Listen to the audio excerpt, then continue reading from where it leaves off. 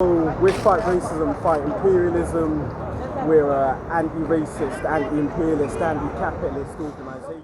Every week, trying to talk to people, spread awareness of these different issues. And one of the things we're focusing on right now is migrant justice. So, 11th of July, on a Wednesday, we're going to be having a public meeting in Bethnal Green talking about migrant justice and migrant rights and how these racist laws that we're seeing coming from the government attacking asylum seekers, people on small boats, just outright racism, and the lies we see in the media all stems from capitalism and the fact that this system needs to divide the working class, make the working class hate each other, make scapegoats out of the most desperate people in the world. Many of these people that are coming are people whose lives and countries have been destroyed by imperialism, by the British military, the American military, and now they're being scapegoated for issues that have nothing to do with them. So we need to be showing our solidarity with them, and we need to be resisting and organising and letting the government know and letting all of these rich capitalists know that we will not stand for it and that we reject their racism altogether. So capitalism is a system where we have private property and wealth accumulates.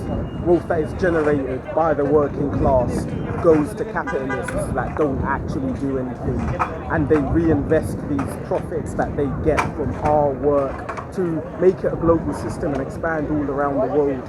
So really the Palestinian struggle and the reason why we fly the Palestinian flag, sure, yes, it is the right thing to do, but also we have to understand that this is driven by the need for big capitalists to profit. And corporations like Albert Systems, PAE Systems, Marks and Spencer's, these British companies profit from land seized from Palestinians. Albert Systems profits from making weapons and drones that go to Israel that are used to terrorize and murder Palestinians if they dare to speak up against it. Marks and Spencer's profits from Israeli goods grown on illegal settlements and land seized from Palestinians. So all of these injustices that we see and the disgusting war crimes, the ethnic cleansing, the apartheid that we see in Palestine, occupied Palestine, its roots are from capitalism. And as people here in Britain is unapologetically Zionist. The Labour Party, the Tory party, they've all said that they support Zionism with no strings attached. No matter what war crimes Israel do, Britain will still support them. So we as British people, as working class people in Britain, have to stand up against that, has to fight that. We have to boycott these businesses. We have to protest these weapons companies that are profiting from murder and ethnic cleansing. And to do that, we need to be together as a community and to recognise that we have more in common with the Palestinians, and we have to support their struggle and their right to struggle, including armed struggle, to have their freedom back and to have their land back at the end of the day. But it's not just about being against Zionism.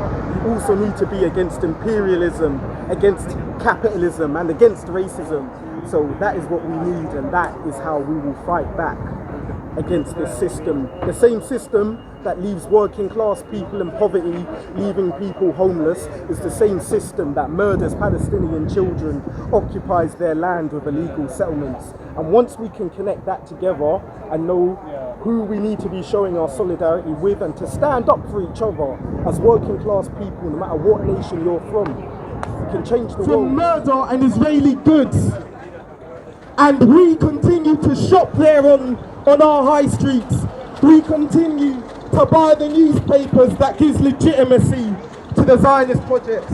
We continue to vote for parties, both the Tory party and the Labour party, who are both unapologetically Zionist, despite damning reports from Amnesty International and Human Rights Watch that has found Israel guilty of persecution and apartheid. The Palestinian story is a tragic one. It's one of murder, it's one of displacement, it's one of apartheid, discrimination, and the seizure of their lands.